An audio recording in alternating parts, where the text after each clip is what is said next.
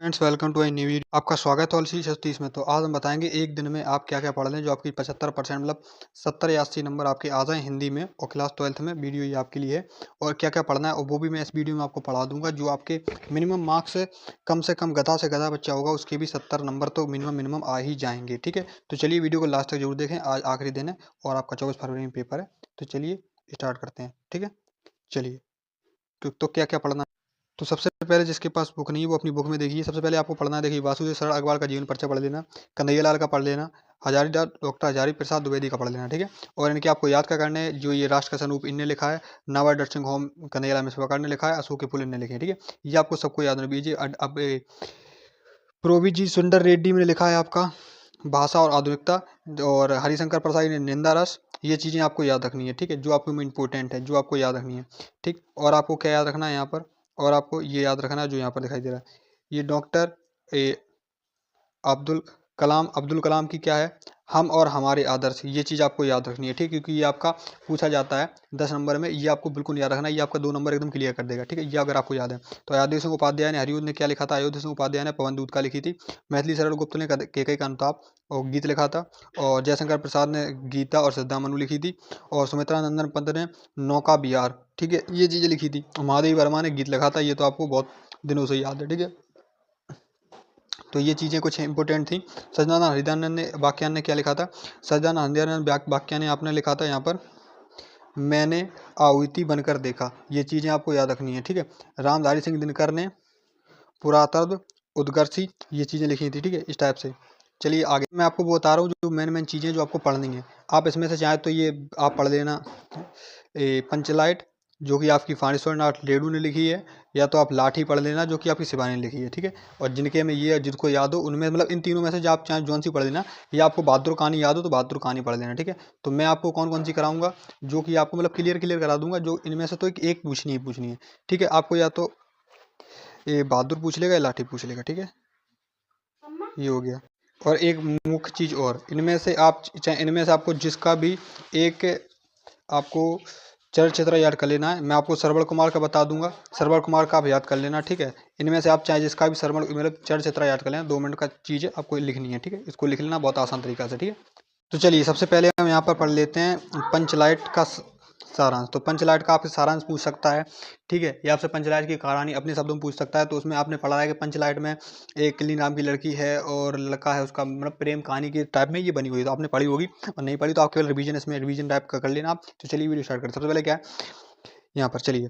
पंचलाइट कहानी एक फारिश्वर नाथ रेणु जी की एक आंचलिक कहानी है। आंचलिक कहानी मतलब आंचलिक कहानी है। ठीक है, इस कहानी में बिहार के पिछड़े गांव से परिवर्तित मतलब बहुत ही सुंदर चरित्र किया गया है, चित्रण किया गया। मतलब जो पुराने जमाने के वो होते थे लोग, वो उसे करते थे। ठीक है, चलिए आपको तो ये अपनी भाषा में लिखनी है, जो आप लिखना चाहे उस हिसाब से लिख देना। ठीक है, इस गांव में गोदन नाम का एक लड़का रहता था। गोदन नाम का एक लड़का रहता था, ये आपको पता होना चाहिए। जो गांव में एक मुन्नी नामक लड़की से प्रेम करता था, मुन्नी नामक लड़की से प्रेम करता था। गोदन नाम का लड़का था, मुन्नी नामक लड़की से प्रेम करता था। ठीक, मुर्री की माँ गुलरी, मुलरी की माँ कौन थी, मुलरी की माँ थे गुलरी। ठीक है, गुलरी गुलरी ने गांव के पंचों से गोधन की शिकायत कर दी। पंचों से शिकायत कर दी गोधन की, और थी कि भैया आप यार किसी की लड़की छोड़ोगे तो आप शिकायत ही कर देंगे। तो ये आपको सबको पता है कि कर दी। ठीक है, वह उसके घर के सामने से सिनेमा का गाना गाते हुए निकलता था। वह उसमें मतलब जो जब भी उसके घर से सामने से निकलता था तो वो सिनेमा का गाना गाता था, मतलब गुनगुनाता रहता था, और उसके सामने घर के सामने से निकलता था। लेकिन वो गुलरी भी उससे प्यार करती थी। ठीक है, क्योंकि गुलरी जो काकी हैं मतलब मुलरी की माँ, ठीक है, इनकी, तो सुन कहाँ हो गया गुजरता था। इस कारण से गांव ने पंचों ने बिरादरी से निकाल दिया। मतलब ये मतलब उसको छेड़ता था लड़की को, तो उसने बिरादरी से निकाल दिया और उसका हुक्का पानी बंद कर दिया। ये आपको पता है, हुक्का पानी बंद कर दिया, बिरादरी से निकाल दिया। ठीक है, लेकिन एक दिन रामनवमी का मेला आया, मतलब पूजा पाठ हुई, मेला आया। ठीक है, मेले में गांव वालों और पंचलाइट खरीद कर ले आए। मतलब मेले से जो पंचलाइट खरीद के लाए थे। ठीक है, जब पंचलाइट खरीद कर लाए, जो पैसे बचे उससे पूजा पाठ का सामग्री ली थी, और पंचलाइट को देखने के लिए बहुत ही उत्सुकता थी। ठीक है, लेकिन ये उनको नहीं पता था कि उनके गांव में किसी को पंचलाइट जलानी नहीं आती थी। लेकिन ये चीज़ केवल मुलरी को पता थी। मुलरी को पता थी क्योंकि गोधन को पंचलाइट जलानी आती थी। ठीक है, मुलरी लड़की से प्रेम करता था गुलरी, ठीक है, मुलरी को पता था, ठीक है। तो यहाँ पर क्या, पंचलाइट आखिर जलाएगा कौन? तब इन लोगों ने पूछा कि पंचलाइट जलाएगा कौन? जब जलाएगा कौन, तो क्योंकि सीधे मुलरी अगर जवाब देती तो वो पकड़ी जाती कि हाँ वो प्रेम करती, इसलिए वो पकड़ जाएगी। तो उसने क्या कहा, अपनी सहेली से, क्योंकि सीधे उसने नहीं कहा। तो चलिए आगे चलते हैं। यहाँ पर देखिए, इसमें बात करते हैं, यहाँ पर क्या हुआ था। हाँ, मुलरी को पता था कि गोधन पंचलाइट जलाना जानता है। वह बड़ी चतुराई से अपनी सहेली कनेली से माध्यम से बोलती है। उसकी सहेली का नाम क्या था, कनेली। कनेली क्या नाम था, कनेली। मैं 2-3 बार बता रहा हूँ, ये आप रिपीट करते जाना। कनेली मेरे साथ बोलिए, कलेनी कलेनी कलेनी कलेनी, ठीक है, ये हो गया। कलेनी माध्यम से बात पंच तक पहुंचाई। तो यह बात वह अपनी चतुराई से बता देती है, ठीक है। तो वो अपनी सहेली से बोलती है कनेली से। सहेली का नाम क्या था, कनेली था। क्या नाम था, कनेली था। कनेली, कनेली के माध्यम से वह अपनी सरपंच की बात तक पहुंचा देती है और वह पंचों को अपने पुनः मतलब बिरादरी में बुला लेते हैं और शामिल कर लेते हैं और बताते हैं कि तुम्हारे 7 खून माफ़ हो गए, तुम जाइए अपना काम कीजिए। 7 खून माफ़ कर देता है, ठीक है। और गोधन पंचलाइट उसको जला देता है, ठीक है। लेकिन वो पहले भाव खाता है, ठीक है। भाव खाने के बाद जब उसकी माँ बुलाने जाती है, किसकी, मुलरी की माँ, गुलरी, मुलरी की माँ गुलरी माफ़ी मतलब उसको माफ़ कर देती है और उसको खाना पे निमंत्रण कर देती है, ठीक है। ये बोलती है, ठीक। और गोधन को शाम को भोजन के लिए आमंत्रित करती है, ठीक है। पंच ये इसी टाइप से अपनी कहानी लिख सकते हैं। तो वीडियो को लाइक करना। आगे चलते हैं नेक्स्ट टॉपिक पे। अब आपको क्या पढ़ना है, अब आपको यहाँ पढ़ना है अयोध्या सिंह उपाध्याय हरियूद का जीवन परिचय, ठीक है। अयोध्या सिंह उपाध्याय का जीवन परिचय, चलिए पढ़ते हैं। अयोध्या सिंह उपाध्याय का जीवन परिचय क्या है।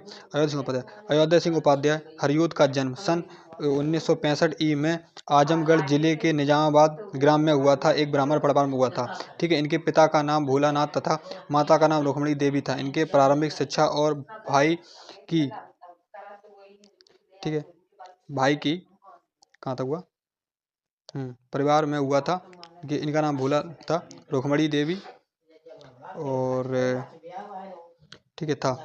इनकी माता का नाम रुक्मणी देवी था। इनकी प्रारंभिक शिक्षा इनके बड़े भाई के देख देख में हुई थी, ठीक है। इनकी पश्चात ये उच्च शिक्षा के लिए ये काशी चले गए थे, मतलब आगे शिक्षा करने के लिए। उनकी निधन हुआ था 1947 में, मृत्यु हो गई थी, ठीक है। चलिए आगे चलते हैं,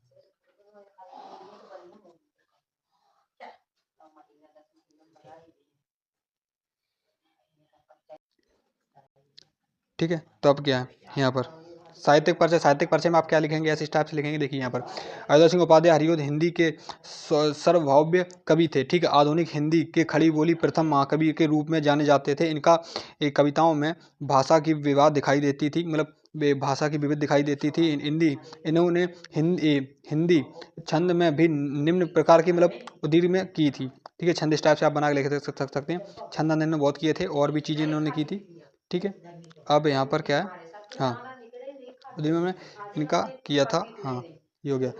प्राय प्रिया अपनी अपनी अपनी माँ कवियों की मतलब इन्हें माँ कवि की उपाधि भी दी गई थी, ठीक है। इन्होंने गद्य के रूप में सफलता की थी, ठीक है। इस टाइप से आप बना चला के लिख सकते हैं, ठीक है। इनकी रचनाएं आपको याद होंगी, तो आप रचनाएं आप कॉपी से देख लेना, ठीक है। रचना का टाइम नहीं है, आगे चलते हैं, ठीक है। तो अब यहाँ पर देखते हैं इसकी क्या होगी। देखिए, मैथिली शरण गुप्त का अभी आपको याद करना है। तो मैथिली शरण गुप्त का क्या है, जीवन परिचय। जीवन परिचय आप कैसे लिखेंगे, देखिए।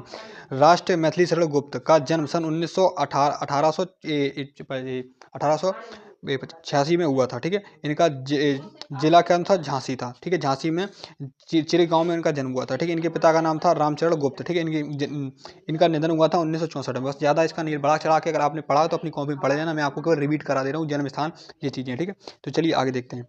इनका पढ़ना है मुझे साहित्य परिचय। क्या पढ़ना है आप, साहित्यिक परिचय। तो साहित्यिक परिचय में आप क्या देखेंगे, साहित्यिक परिचय में देखेंगे, देखिए। मैथिली शरण गुप्त जी का राष्ट्रीय विशेषताओं में संपूर्ण रचना करते थे। इनकी रचनाओं में राष्ट्रीय भक्ति एवं राष्ट्रीय प्रेम स्पष्ट रूप से दिखाई देता था, ठीक है। इसलिए इन्हें सभी कवियों से राष्ट्रीय कवि की उपाधि भी, मतलब सभी कवि ने इनको मिलकर राष्ट्र कवि की उपाधि दी थी। साथ में महाकवि के पद पर सम्मानित भी हुए थे और पद्म भूषण से भी इन्हें सम्मानित किया गया था। इस टाइप से आप बढ़ा चढ़ा के आप लिख सकते हैं, ठीक है। और भारत सरकार द्वारा इन्हें पद्म भूषण की उपाधि मिली थी, इस टाइप में, ठीक है। यहाँ पर दिखाई दे रहा है, ठीक है। और ये द्विवेदी युग के महाकवि थे। इस टाइप से आप बढ़ा चढ़ा के इसको लिख सकते हैं और आप चाहे 2-4 लाइन अपने मन से जो आपको याद आए वो आप लिख सकते हैं, ठीक है। तो चलिए आगे चलते हैं, रचनाओं को आगे टाइम देखेंगे, ठीक है। तो चलिए अब इसका किसका पढ़ना है, अब मुझे पढ़ना है। देखिए यहाँ पर आचार्य हजारी प्रसाद द्विवेदी का, ठीक है, आचार्य हजारी प्रसाद द्विवेदी का पढ़ते हैं जीवन परिचय। इसका सबसे पहले क्या पढ़ेंगे, देखिए आचार्य हजारी प्रसाद द्विवेदी का जीवन परिचय सन 1907 ईस्वी में बलिया जिले के दुबे के छपरा ग्राम में इनका हुआ था, ठीक है। इनके पिता का नाम क्या था, अनमोल द्विवेदी, माता का नाम था ज्योति कला, ठीक है। हिंदी साहित्य के संस्कृत के विद्वान माने जाते थे। ये लखनऊ विश्वविद्यालय में और केंद्रीय विश्वविद्यालय में अध्यक्ष रहे थे और पद्म भूषण का इन्हें पुरस्कार भी मिला था। इस टाइप से आप लिख सकते हैं। और वैसे इनका निधन कब हुआ था, निधन की डेट है 1979, ठीक है, 1979, ठीक है, ये हो गया, ठीक है, इनका निधन। और पद्म भूषण के ऊपर इन्हें विद्य विशालय और एलिट तक पढ़े थे और ये बड़ा चढ़ा गया और लिख सकते हैं अपने हिसाब से, ठीक है। अब इनका साहित्यिक परिचय लिखना है, ठीक है, लिखना आपको 80 शब्द में ओनली, ज़्यादा उससे शब्द नहीं लिखने, ठीक है। इसके बाद बात क्या कर लेते हैं, साहित्यिक परिचय। आचार्य हाजी प्रसाद द्विवेदी जी का साहित्यिक परिचय निबंध, उपन्यास, आलोचना एवं संपादक के अतिरिक्त एक पूरे वक्त के सफल अध्यक्ष अध्यापक भी थे, मतलब इस अध्यापक भी रहे थे। जो आप बताइए, इन्होंने अविलिंग भारतीय तथा विश्व भारतीय ग्रंथ की बहुत सारी रचनाएं की, ये भी आपको लिखनी है, ठीक है। आचार्य हजारी प्रसाद द्विवेदी के महत्वपूर्ण स्थान है, ठीक है। चलिए आगे चलते हैं, ठीक है। अब आगे देखते हैं यहाँ पर कन्हैयालाल मिश्र प्रभाकर, ये भी आपका पूछा जाता है बहुत ज़्यादा, इसकी बात कर लेते हैं, ठीक है। कन्हैयालाल मिश्र प्रभाकर जी का जन्म सन 1906 ईस्वी में कानपुर जिले में दिवे में साधारण ब्राह्मण परिवार में हुआ था। इनके पिता का नाम रामदत्त था मिश्र, ठीक है। इनका जीवन राष्ट्रीय सेवा में बहुत ज़्यादा व्यतीत हुआ था और सन 1930 से 1932 में स्वतंत्रता संग्रहालय में इन्होंने बहुत सारा काम किया था और स्वतंत्रता के लिए बहुत सारा काम किया था और इनका निधन हुआ था 1995 में, ठीक है। साहित्यिक परिचय में आपको क्या लिखना है, श्री कन्हैयालाल मिश्र प्रभाकर जी का लघुत्तम जो ज़्यादातर इनका झांसी में व्यतीत हुआ था और इनकी रचनाएं बहुत अच्छी थी और इनकी भाव रचना बहुत अच्छी थी। इस टाइप से आप लिख सकते हैं। यहाँ पर खड़ी बोली थी इनके साथ प्रधान, इन्होंने नए नए जीवन और विकास नामक 2 पत्र किए थे, ठीक है, जो इन्होंने बहुत ही, और हिंदी के साहित्य भंडार एवं बहुत चीज़ें इन्होंने की थी। और इन्होंने क्या, हाँ, कि स्वतंत्रता के बाद भी इन्होंने बहुत सारा पत्रिकाओं में बहुत सारा काम किया था और देश के हित के लिए बहुत सारा काम किया था, ठीक है। तो चलिए इस टाइप से बढ़ा चढ़ा के लिख सकते हैं। चलिए आगे चलते हैं।